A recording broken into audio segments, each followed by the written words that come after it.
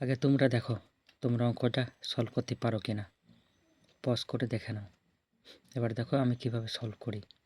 দেখো অঙ্কে কি বলেছে, সর্বোচ্চ 4 অঙ্কের সংখ্যাটি নির্ধারণ করুন যা 15, 25, 40 এবং 75 দ্বারা সম্পূর্ণরূপে বিভাজ্য। এবার অপশান কি আছে দেখো, অপশান আছে 9600, আর একটা 9960, আর 9975, আর কত আছে 9999। এবার দেখো কি করবা, প্রথমে দেখো কত দিয়ে ভাগ, প্রথমে 75 ধরো। হ্যাঁ 75 কত দিয়ে আসে 3 গুণ 25। এবার 25টা ধরো, মনে মাথায় রাখবা এমন এক মানে 25টা, ঠিক আছে, যে সংখ্যার লাস্টে দুটো সংখ্যাকে 25 দিয়ে ভাগ করা যাবে সেটাই ভেবে নেবা যে পুরো সম্পূর্ণ সংখ্যাটি 25 দ্বারা ভাগ করা যাবে।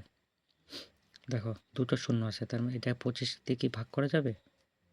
হ্যাঁ দুটো শূন্য আছে, এটা যাবে। পরের অপশান দেখো 60, 60 কি 25 দিয়ে ভাগ করা যায়? যায় না, তাহলে অপশানটা বাদ। তারপরে 75 দেখো, 75 25 দিয়ে ভাগ করা যায়? হ্যাঁ এটা যাবে। 99 দেখো লাস্টে দুটো, 25 দিয়ে ভাগ করা যাবে? যাবে না, অপশানটা বাদ। তাহলে দেখো এখানে আমাদের দুটো অপশান বাদ হয়ে গেল। পরে আসে এ নাম্বার আর সি নাম্বার। এরপরে কত দেখো 40, দেখো 40 আছে, 40 কত দিয়ে আসে 4 গুণ 10। এবার 10টা ধরো। দেখো কোনো সংখ্যা যদি 10 দিয়ে ভাগ করতে চাও তাহলে কি করতে হবে, লাস্টের দুটো সংখ্যা দেখতে হবে, অবশ্যই শূন্য থাকা লাগবে, লাস্টের সংখ্যাকে অবশ্যই শূন্য থাকা লাগবে।